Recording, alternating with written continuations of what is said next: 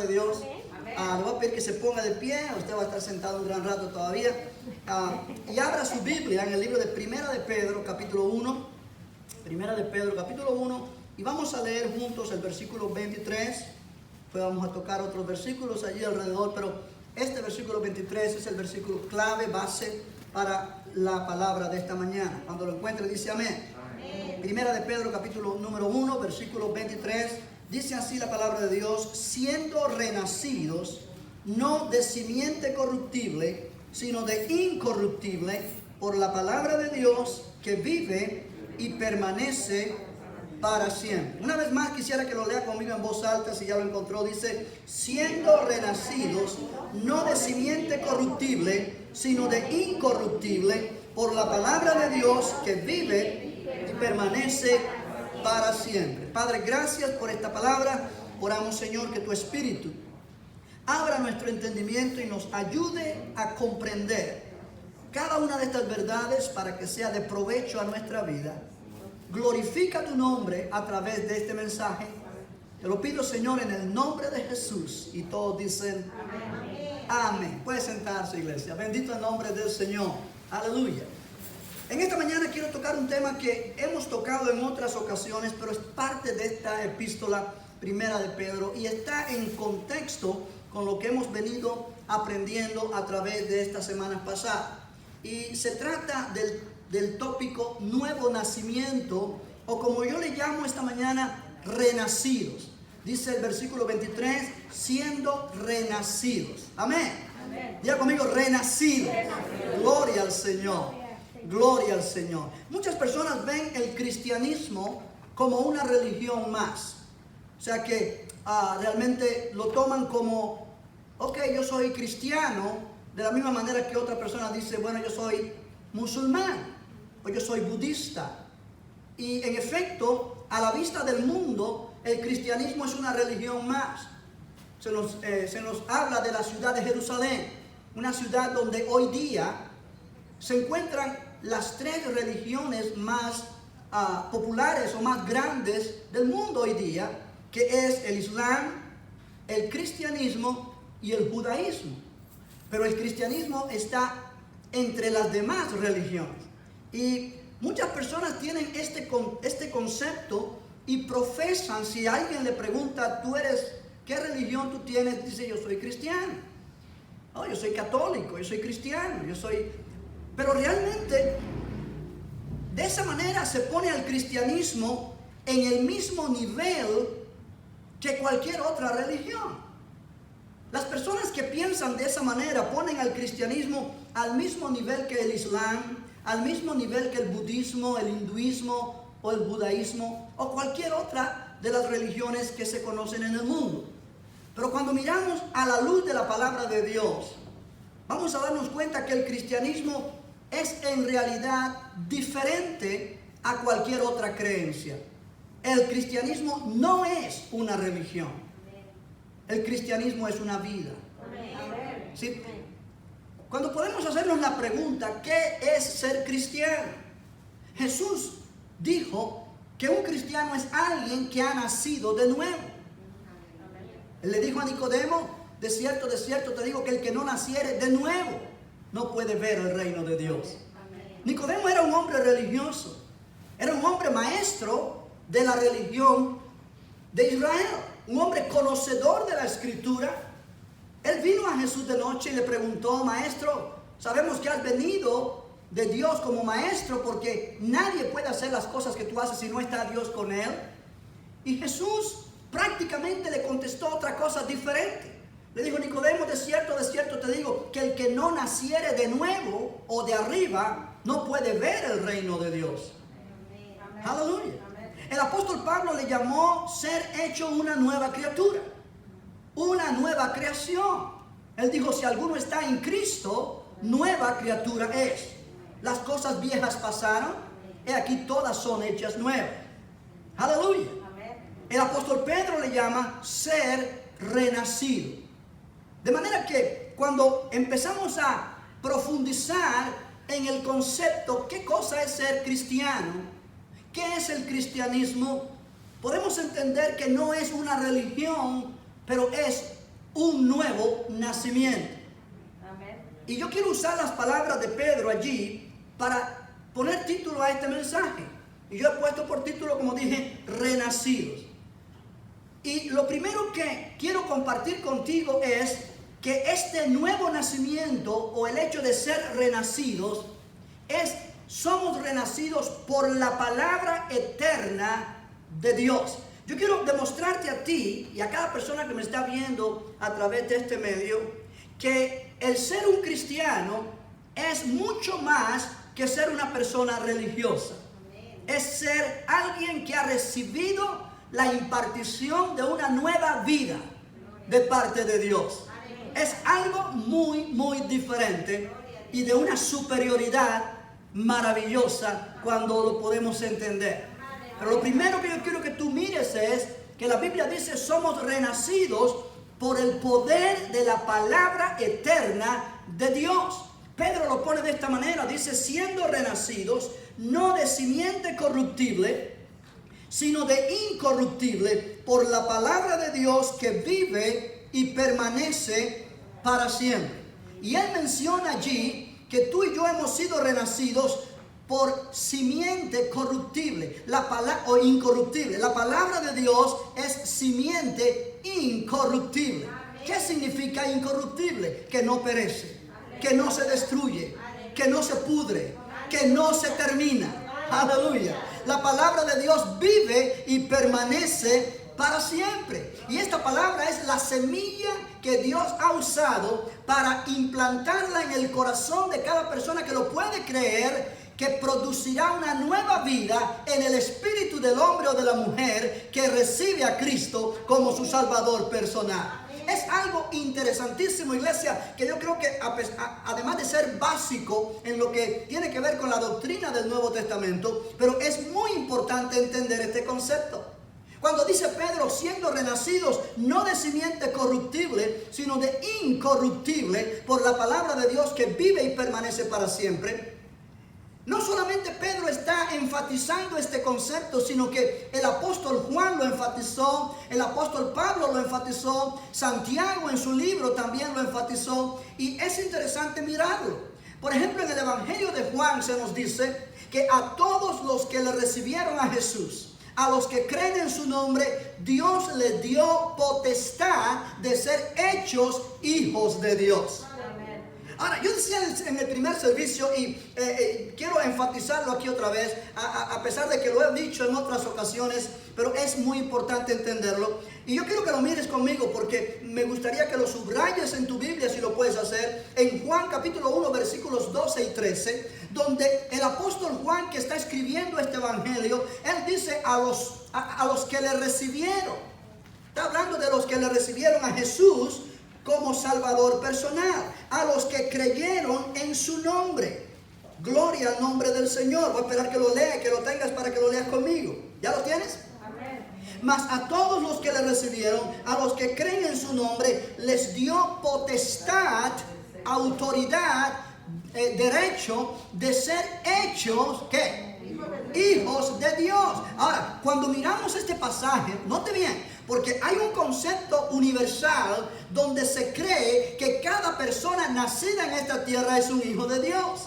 De modo que este pasaje no tiene mucha relevancia para la gente, porque todo el mundo dice, bueno, yo soy un hijo de Dios. ¿Por qué no? Yo nací también en esta tierra, Dios me hizo, yo soy un hijo de Él. Pero este pasaje me dice a mí que a todos los que le recibieron a Jesús, a los que creyeron en su nombre, Dios les dio potestad, autoridad, derecho de ser hechos hijos de Dios. Quiere decir que tú y yo no fuimos hechos hijos de Dios hasta que creímos en Jesús, hasta que le recibimos a Él, hasta que creímos en su nombre.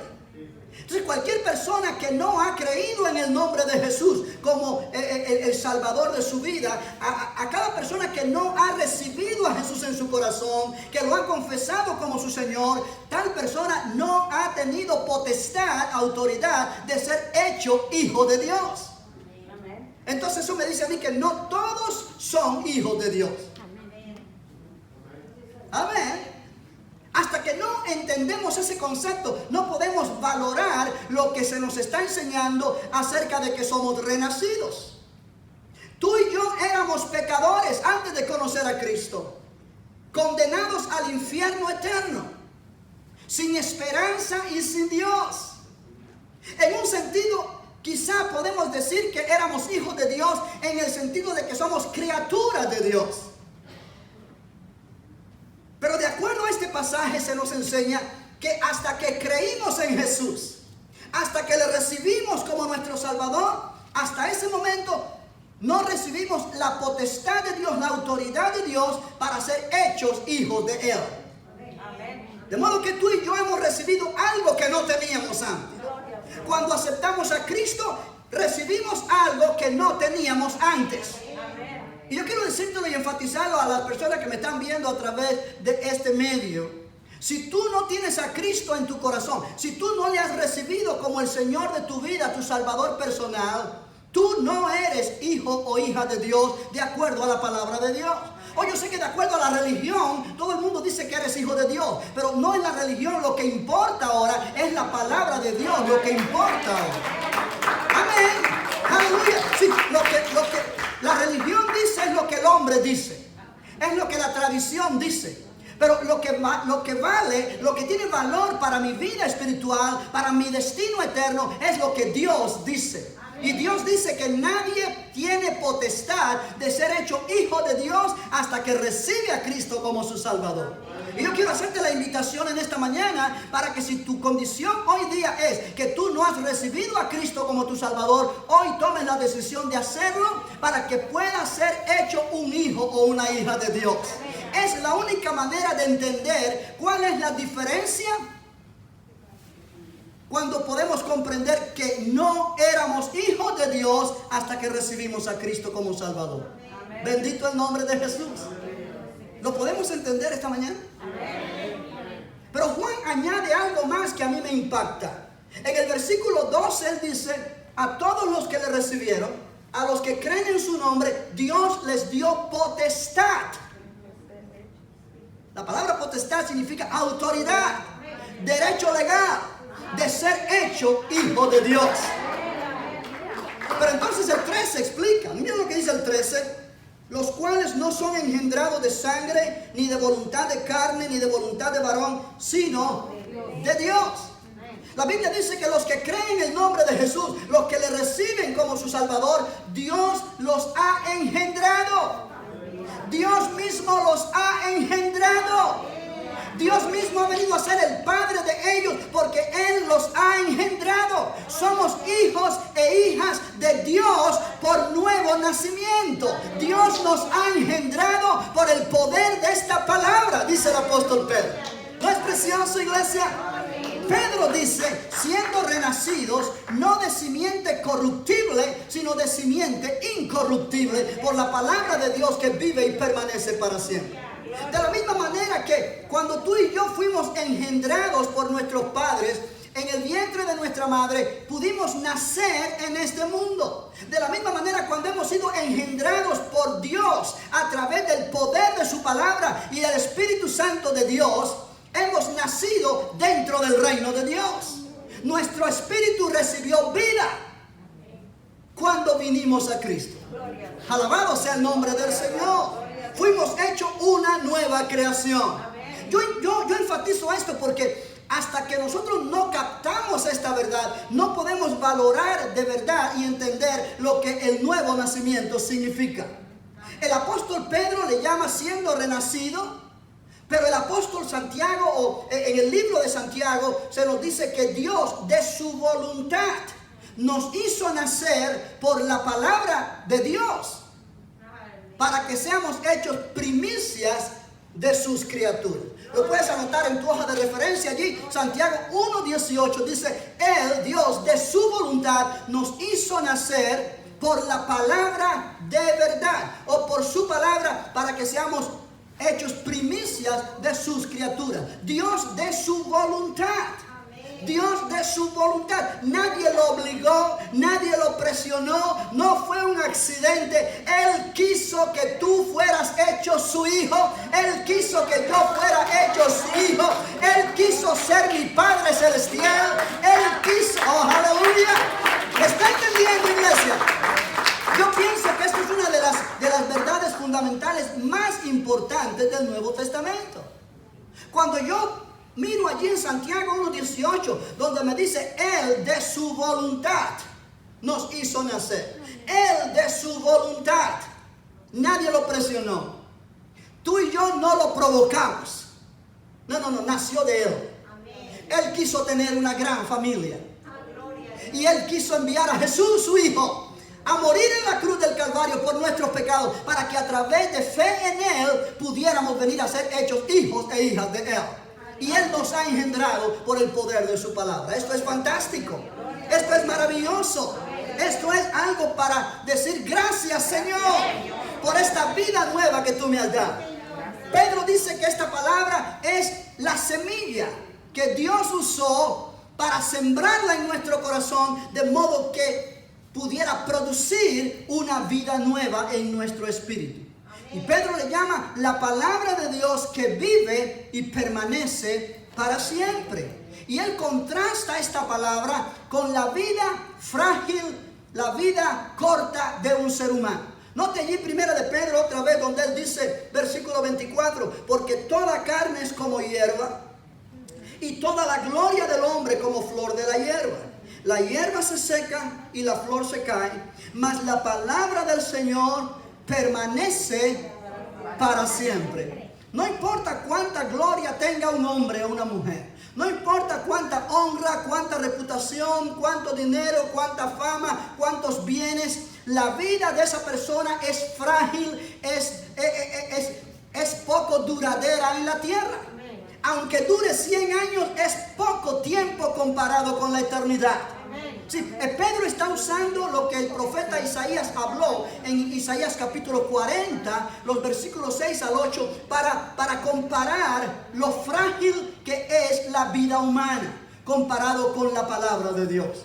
Y Pedro dice, hemos sido renacidos por una simiente incorruptible, que no se destruye, que no perece, que tiene vida eterna en esa simiente. Alabado sea el Señor. Sí, la semilla que se usó para producir el embrión y el feto que viniste a ser tú, vine a ser yo, nacidos del vientre de nuestra madre, fue una semilla corruptible, lo cual implica que no es eterna, implica que hay mortalidad en la persona que fue engendrado físicamente hablando.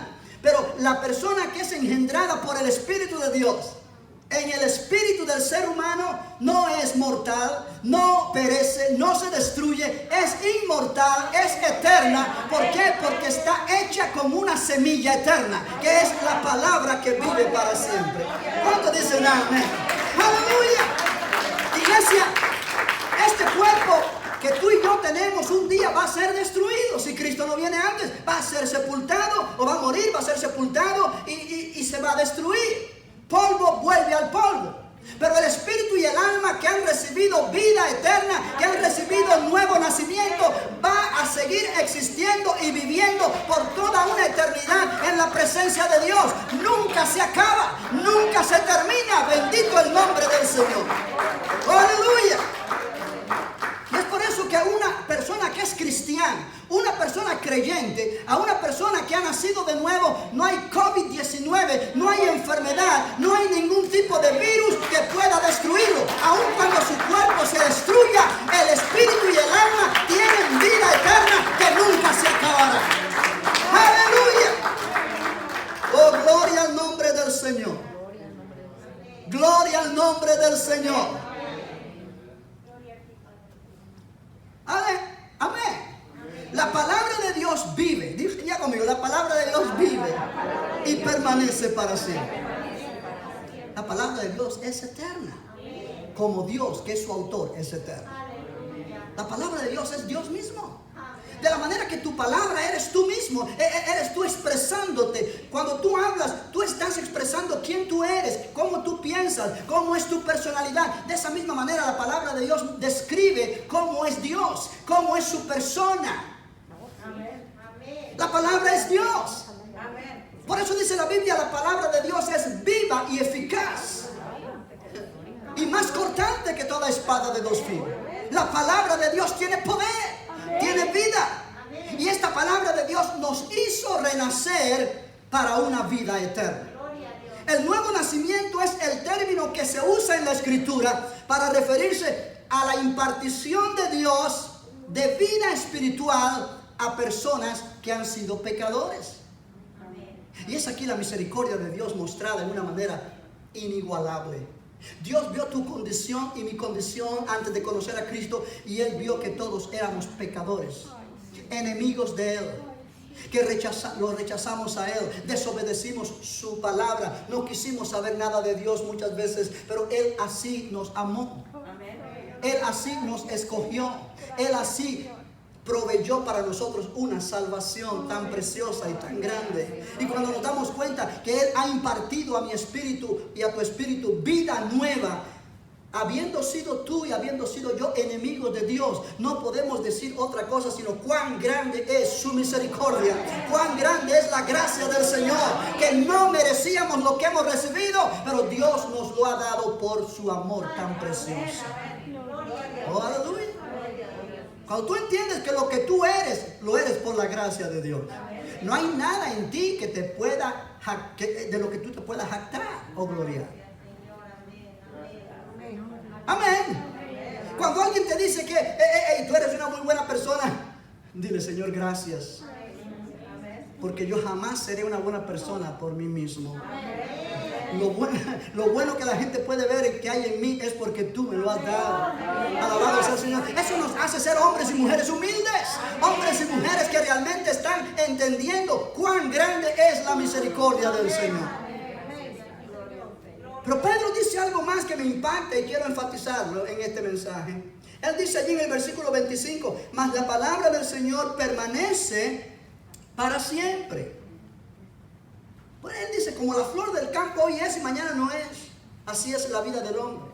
Pero la palabra del Señor permanece para siempre. Y esta es la palabra que por el Evangelio os ha sido anunciada. Y a mí me impacta esto y te voy a explicar por qué. Porque cuando oímos la palabra de Dios, lo relacionamos con la Biblia. Pero también lo relacionamos con la palabra que Dios habló en el principio, cuando Él dijo: sea la luz, y fue la luz. Todo lo que Dios dijo que fuera hecho, fue hecho. Enfatizando el poder que hay en su palabra. Amén. Jesús le dijo a Lázaro: Lázaro, ven fuera. Después de estar 4 días muerto, y Lázaro salió vivo. Cuán poderoso el poder de la palabra de Jesús, que esa es la palabra de Dios. Dios levantó a Cristo de entre los muertos por el poder de su palabra. Pero la palabra a la cual Pedro se está refiriendo aquí, que vive y permanece para siempre, es la palabra que se te predicó a ti y a mí por el Evangelio. Implica que cuando tú escuchaste este mensaje de que Cristo salva, de que Cristo murió por ti, de que Cristo llevó nuestros pecados en su cuerpo en la cruz, de que Él, cuando resucitó, nos declaró justo Dios por la fe en Él, y cuando lo confesamos como Señor, lo recibimos en nuestro corazón. Pedro dice: tú recibiste el poder de la palabra de Dios que vive y permanece para siempre. Ese evangelio que tú recibiste no fue solamente el mensaje de un hombre que te habló, es la palabra de Dios que penetró tu corazón. El mismo poder que hay en la palabra de Dios cuando Dios creó todo lo que existe, es el mismo poder que hay en la palabra de Dios que se te predicó a ti a través de este evangelio. Eso me dice a mí cuán poderosa es esta palabra que yo recibí en el momento de mi salvación. No en balde hizo una obra preciosa en mi espíritu. No en balde me resucitó, me trasladó de muerte a vida. No en balde me impartió la misma vida de Cristo. Porque fue la palabra de Dios que vive y permanece para siempre, la que obró en mi corazón por el Evangelio. Oh, aleluya. Ahora tú puedes entender al apóstol Pablo cuando dijo, porque no me avergüenzo del evangelio, porque es poder de Dios para salvación. Iglesia, el evangelio no es simplemente un mensaje que tú escuchas y es un sermón que se te predica. El evangelio es poder de Dios. Poder de Dios para salvar a un hombre, para salvar a una mujer. Poder de Dios que transforma a un ser, a un individuo cualquiera que sea, sin importar su condición. Poder de Dios que rescata a una persona del vicio del alcohol y lo hace libre. Poder de Dios que toca el cuerpo de una persona y lo sana y es totalmente sano. Pero es poder de Dios que toca el espíritu y el alma de un individuo y lo hace una nueva criatura. Poder de Dios. Bendito el nombre del Señor. Ahora podemos entender el poder que ha actuado en nosotros cuando recibimos a Cristo. Lo que tú y yo hemos recibido es vida nueva. No es una religión o no es un cambio de religión. Ay, pero a ti te lavaron el cerebro porque mira, tú antes hablabas de esta manera y ahora hablas de esta otra. O antes tú ibas aquí y ahora vas allá. Antes tú vivías de esta forma y ahora vives de... ¿Quién te lavó el coco? No hay tal lavado de cerebro, iglesia. Es el poder de Dios. Es el poder de Dios. Es el poder de Dios. Aleluya. Que cuando tú no conocías a Cristo, no eras la clase de ser humano que Dios quería que fueses. No importa cuán feliz te creías que eras y cuánto pensabas que te divertías y cuán bien le caías a tus amigos. No estabas viviendo la vida plena. Fue cuando recibiste a Jesús que comenzaste a experimentar lo que es vida plena. Aleluya. Jesús dijo que Él vino para darnos vida y vida en abundancia. Implica que esta vida que la palabra de Dios me impartió a mi espíritu es la vida abundante que le costó sufrimiento y muerte al Hijo de Dios en la cruz del Calvario. Y Él lo hizo por amor a mí. Y Él lo hizo por amor a ti. Y Dios te está diciendo hoy, donde quiera que tú estás escuchándome y viendo este servicio, Dios quiere que hoy le entregues tu corazón. Dios quiere que hoy termines con esa vida que no tiene sentido para ti. No quitándote la vida, por supuesto, sino recibiendo la vida de Cristo en tu espíritu por el poder de esta palabra que yo te estoy predicando. Solo Cristo salva. Solo Cristo cambia el corazón. Solo Cristo hace hombres y mujeres que realmente pueden vivir vidas satisfactorias. Precioso es el Señor. Además de la esperanza eterna que Dios nos da. ¿Es precioso o no es precioso? Oh, aleluya. Este evangelio, iglesia, es la palabra recreadora y regeneradora de Dios. Aleluya. Aleluya. Hay mucha gente que dice, bueno, yo de tanto venir a la iglesia casi me hago cristiano. Ya casi soy cristiano. O no, yo después de leer la Biblia 2 o 3 veces, ya casi soy cristiano. Bueno, alguien que es casi cristiano realmente no es nada. ¿Ah? Qué doloroso es tener algo o creer que casi tienes algo y lo pierdes. Vas al aeropuerto porque vas a tomar el avión de las 12 del mediodía y casi estás en el avión, pero el avión se fue. ¿Ah? Casi no significa mucho. Qué triste es casi escapar de ahogarte, pero que el agua te envuelva y te moriste. ¿Y por qué te moriste? Bueno, es que casi me salvo. Qué terrible sería que tú tienes un problema penal y vas a una corte legal, necesitas un abogado y un buen amigo te dice, yo no tengas miedo, yo te ayudo, y tú le preguntas, ¿tú eres abogado? Y dice, bueno, yo soy casi abogado. Me faltaron 2 años, pero casi. No hay seguridad allí. O vas a una mesa de operación y cuando te van a operar te enteras de que el cirujano es un casi cirujano. No terminó su carrera. Tú no pondrías tu cuerpo, ¿verdad que no? Y cuando decimos casi cristiano, la respuesta es, no hay tal cosa como un casi cristiano. Es terrible ser alguien que se considera casi cristiano y que cuando muere, en vez de ir al cielo, va al infierno. Y entonces le dice a Dios, yo no sé por qué estoy aquí, porque yo era casi cristiano. No hay tal cosa como casi cristiano. O eres o no eres. Amén. O eres o no eres. Y cuando uno recibe a Cristo como Salvador, y cuando uno le entrega el corazón, y cuando uno recibe potestad para ser hecho hijo de Dios, hay una seguridad interior de que uno es nacido de nuevo y de que uno es salvo. Cuando uno le pregunta a alguna persona, ¿eres nacido de nuevo? Y dice, bueno, yo pienso que sí. No, la verdad que no eres. Cuando uno es nacido de nuevo, uno sabe que lo es. No cada persona entiende el nuevo nacimiento, pero cada persona nacida de nuevo está seguro que ha nacido de nuevo. Hay una seguridad interior, hay algo en el espíritu del hombre, hay una convicción de que me dice a mí, yo soy de Dios. Yo no entiendo, pero yo soy de Dios. No soy perfecto, todavía me equivoco, pero yo sé que algo pasó en mi espíritu el momento que yo le entregué mi vida a Jesucristo. ¡Aleluya!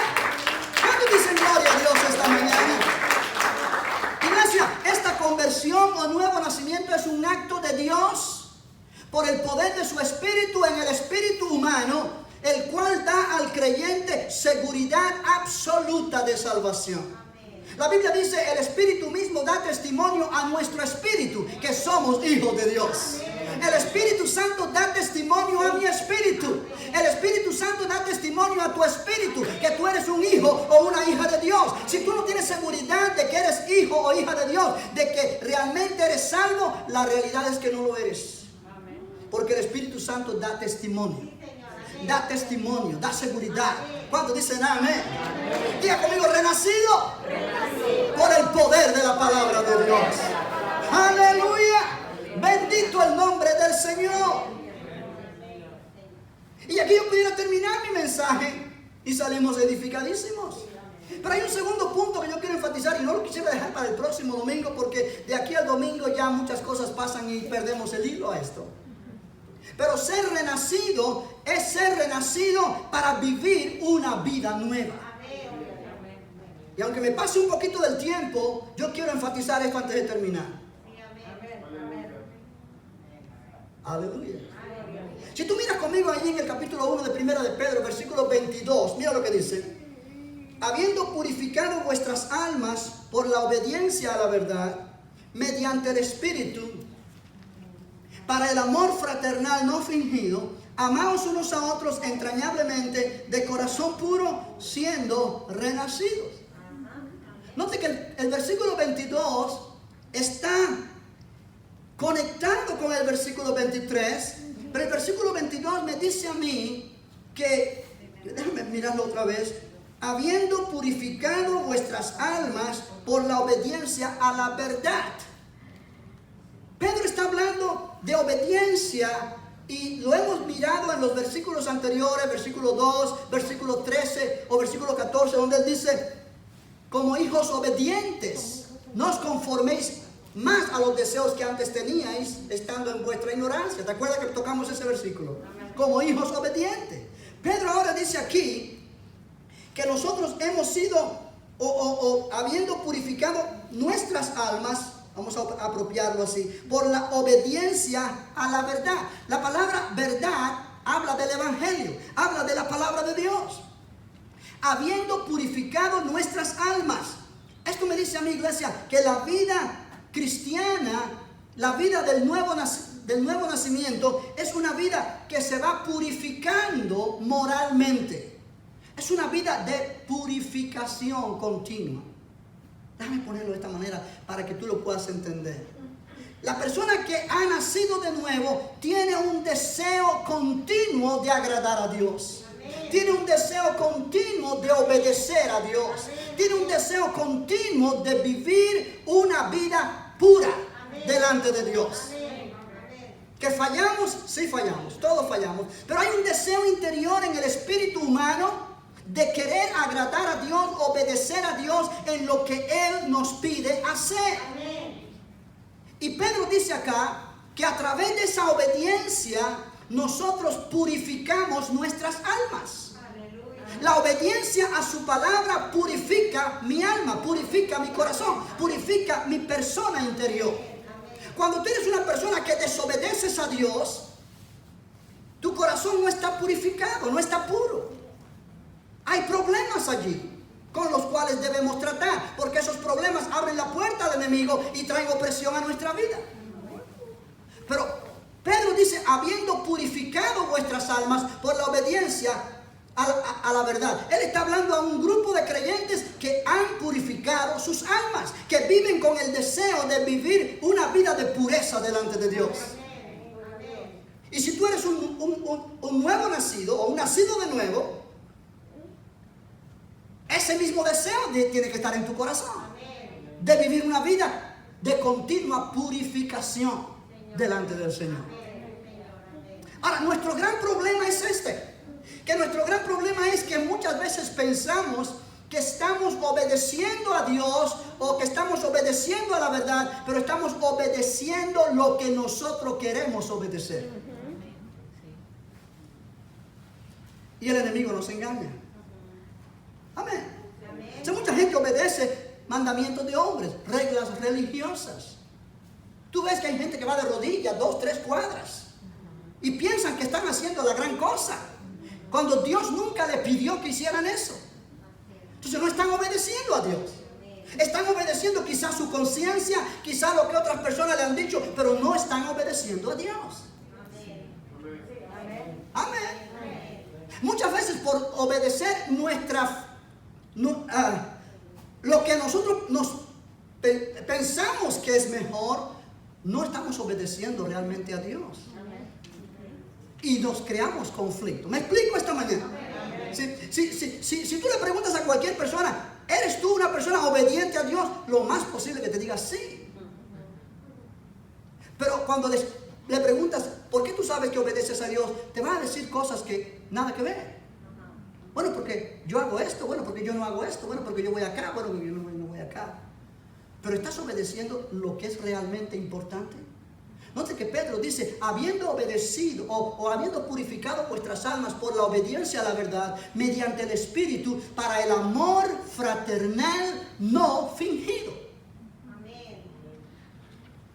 Quiere decir que Dios quiere ver en ti y en mí un deseo de caminar en amor fraternal no fingido. Amén.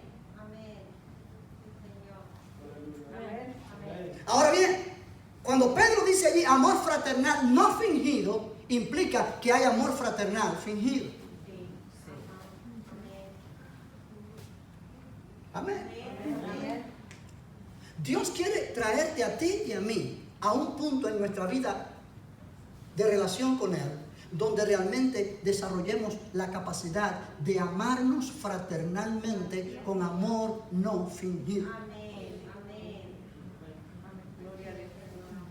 Y si nuestra obediencia no va encaminada a ese propósito, no es obediencia real. Estaba leyendo una ilustración y me gustó y quise traerla para compartirla contigo. Dice, un empleador una vez despidió a un trabajador capaz, porque él dijo, el hombre obedecía en todo, pero hacía mucho más de lo que yo le pedía hacer. Estaba continuamente haciendo cosas que nunca le dije que hiciera. Se quejó el hombre. Y el amigo de este hombre, que también era otro empleador, escuchó. Y dice, un amigo que se enteró del asunto fue inmediatamente y empleó al hombre, comentando que sería refrescante tener un empleado que iría más allá de sus órdenes. ¡Wow! Sería tremendo saber que hay un empleado que va a hacer mucho más de lo que yo le pido. Todo salió bien por un tiempo. Cuando un día el hombre recibió la orden de tomar algunas cajas de un lado del almacén y ponerlas en el cuarto del horno debajo de la fábrica. El hombre llevó a cabo la orden. Y al ver que había otras cajas al otro lado de la habitación, las quitó también y también las puso abajo, junto al horno, bajo de la fábrica. Pero esas otras cajas eran explosivos. Hizo que explotara todo aquello y la fábrica se desbarató. Qué tremendo. Lo que él pensó que iba a hacer para ganar puntos de su obediencia se convirtió en un total desastre. Y algunas veces tú y yo reaccionamos de la misma manera. Pensamos que estamos obedeciendo a Dios cuando estamos obedeciendo realmente cosas que Dios nunca nos ha mandado a hacer. O estamos obedeciendo a nuestra manera.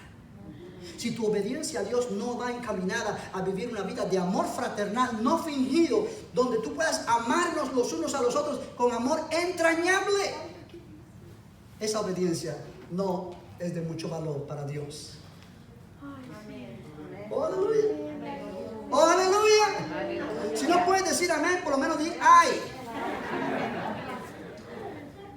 Amén. Dios busca en ti y en mí corazones puros. Jesús dijo, bienaventurados los de limpio corazón, porque ellos verán a Dios. Dios quiere trabajar en nosotros de adentro hacia afuera, con su tremendo poder, una transformación que cada día se hace más gloriosa en nuestra vida. No es fácil. Yo no dije que era fácil. Cuando dice, vamos a leer el versículo otra vez antes de terminar, dijo él, habiendo purificado vuestras almas por la obediencia a la verdad mediante el Espíritu, para el amor fraternal no fingido, amaos unos a otros entrañablemente de corazón puro. La palabra entrañablemente habla de alguien que se esfuerza, como un atleta cuando se esfuerza para poder romper un récord, para poder cumplir una meta. Está ejercitando todo su poder para llegar a hacer algo. Dios quiere que aprendamos a amarnos. Y es un mandamiento. Amaos unos a otros. Una orden. Amarnos entrañablemente o con amor entrañable implica con un amor que se pone en función cuando nos esforzamos para llevarlo a cabo. Obviamente no en nuestra fuerza, sino en el poder del Espíritu de Dios. Y déjame decirte algo. Tú y yo nunca vamos a darnos cuenta cuán grande es el poder del amor que Dios ha derramado en nuestro corazón hasta que lo ponemos en práctica. Hay mucha gente dentro de la iglesia que son difíciles de amar. Amén.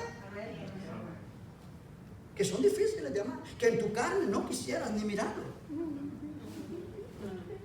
Pero cuando tú te lo propones y yo voy a amar entrañablemente a esta persona, no en el poder de mi propia carne, sino en el poder del Espíritu de Dios, tú te das cuenta que vas a poder lograrlo, y cuando lo logres vas a decir cuán grande es el poder del amor que ha sido derramado en mi corazón.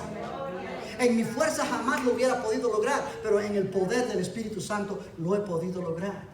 Esta es la clase de amor que se desarrolla en un matrimonio. Esta es la clase de amor que se desarrolla en una familia. Esta es la clase de amor que se desarrolla en cualquier clase de relación humana que puede saltar los obstáculos y seguir victorioso hasta el final.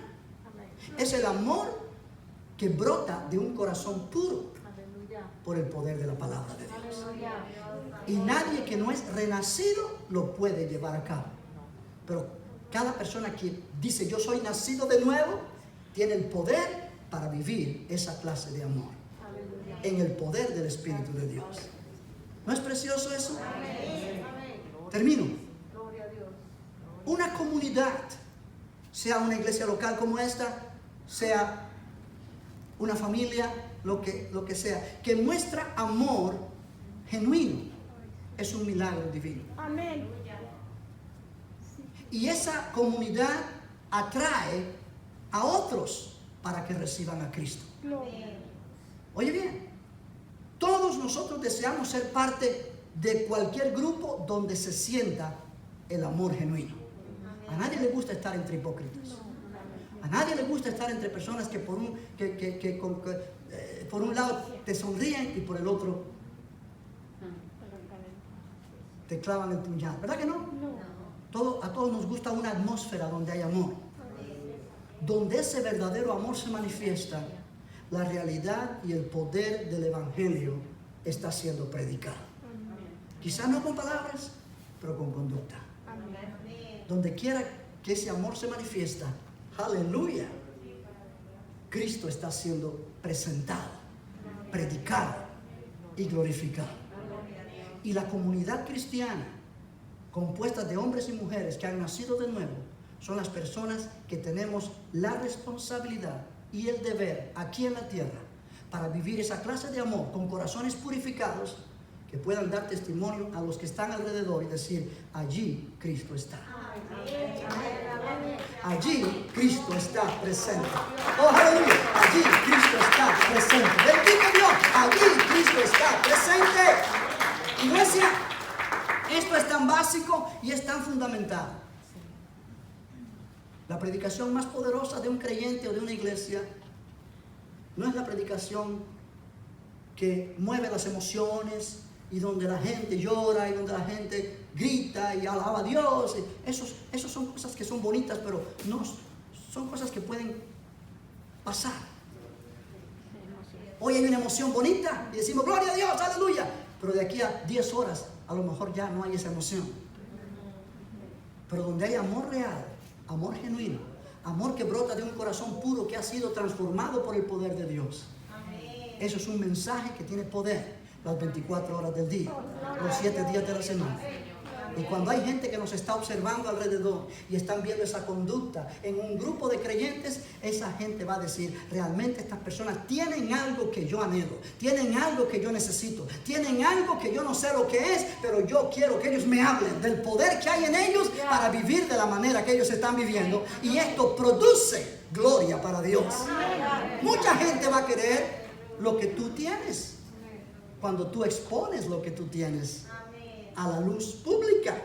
Y eso que tú tienes se llama amor de Dios, derramado en tu corazón por el Espíritu Santo que nos fue dado. ¡Aleluya! He dicho, gloria a Dios. ¡Aleluya! Ponte de pie, iglesia. Vamos a darle gracias al Señor esta mañana. Bendito el nombre del Señor. Sé que me pasé del tiempo, pero yo necesitaba decir esto porque si no pierdo el hilo de aquí al domingo que viene, y quería que salieras de este lugar con esta palabra en tu corazón, o que salieras de allí de la conexión de Facebook con esa misma palabra en el corazón. No hay nada más real que ser creyente.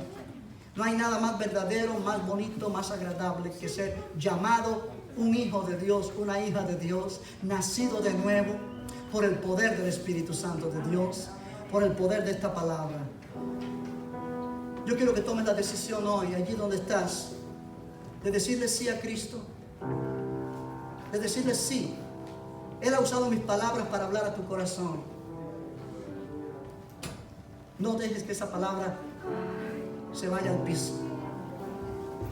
Permite que el Espíritu de Dios la haga real en tu vida. Lo mismo que estoy hablando aquí a la congregación. Padre, gracias por tu palabra esta mañana. Gracias, Señor, por esta verdad tan preciosa.